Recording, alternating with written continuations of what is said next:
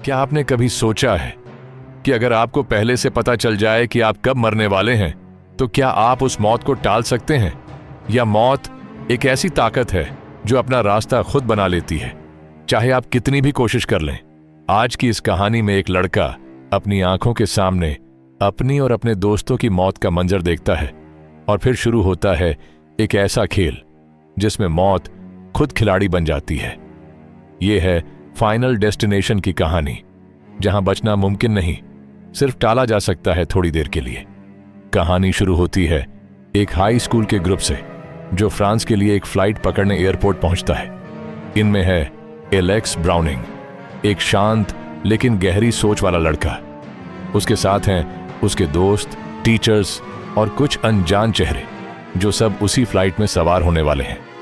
Alex airport पर बैठा है, अपने आसपास के लोगों को देख रहा है।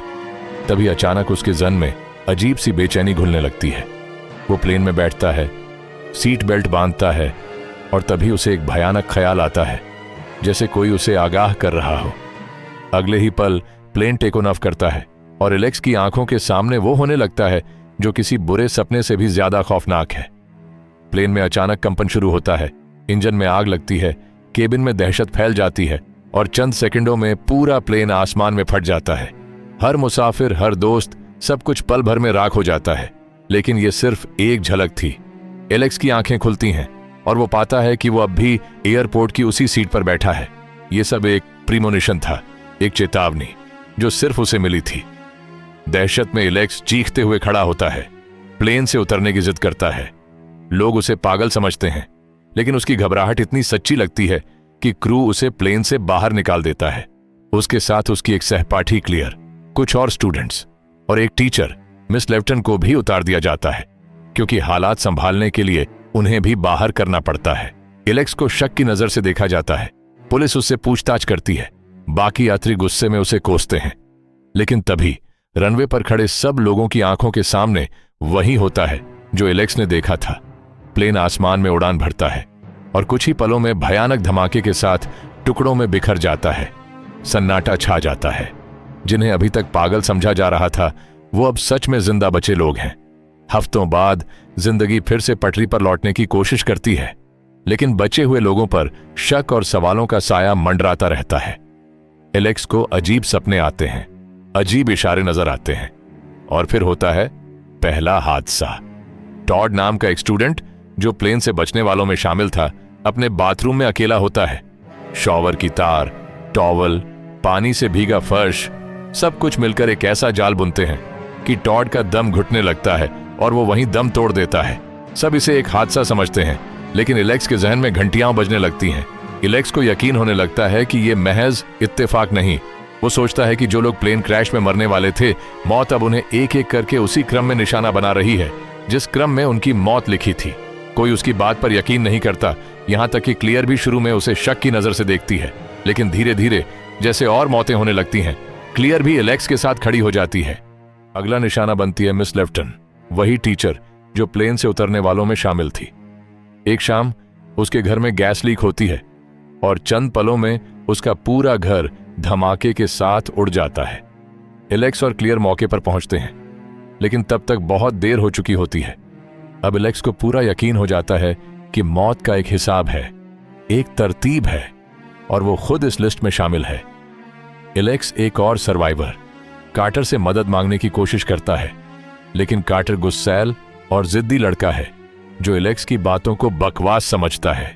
दोनों के बीच तनातनी बढ़ती है, लेकिन हालात कुछ ऐसे बनते हैं कि कार्टर की जान भी खतरे में आ जाती है। एक हादसे में कार्टर बाल बाल बचता है, और आखिरकार उसे भी मानना पड़ता है कि एलेक्स सही कह रहा था। इसी बीच एक FBI एजेंट सर्वाइवर्स की मौतों की जांच शुरू करता है। उसे शक होता है कि इन मौतों के पीछे कोई साजिश है, और एलेक्स सबसे पहला शकी नजर आता है। एलेक्स पर दबाव बढ़ता जाता है। एक तरफ मौत उसका पीछा कर रही है, दूसरी तरफ कानून उसे मुजरिम समझ रहा है। तभी होता है एक और भयानक हादसा। बिली, जो प्लेन से बचने वालों में शामिल था, ट्रेन ट्रैक के पास एक हादसे का शिकार होकर दर्दनाक मौत मरता है। एलेक्स और क्लियर टूट जाते हैं, लेकिन वक्त उन्हें रुकने नहीं देता। एलेक्स एक थ्योरी पर काम करना शुरू करता है। वो हर सर्वाइवर से मिलकर उनके इर्द गिर्द मौजूद खतरों को पहचानने की कोशिश करता है ताकि अगली मौत को रोका जा सके।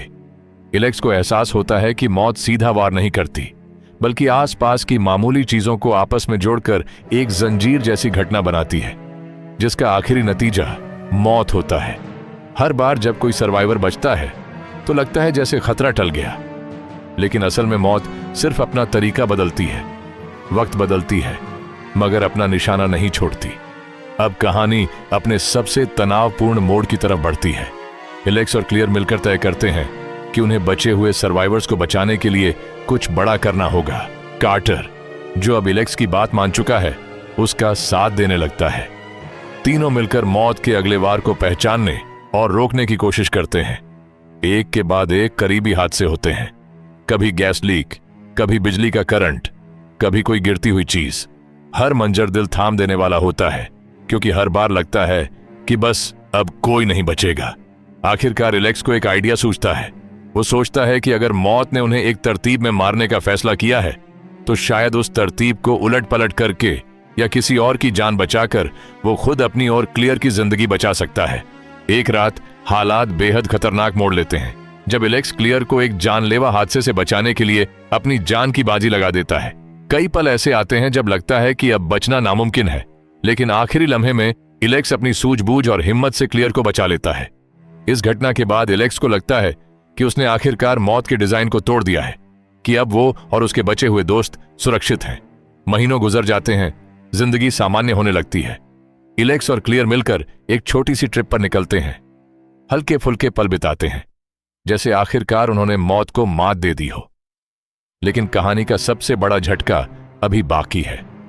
जब सब कुछ ठीक लगने लगता है, तभी एक बेहद मामूली और अप्रत्याशित हादसा होता है, जो साबित कर देता है कि मौत को धोखा देना इतना आसान नहीं।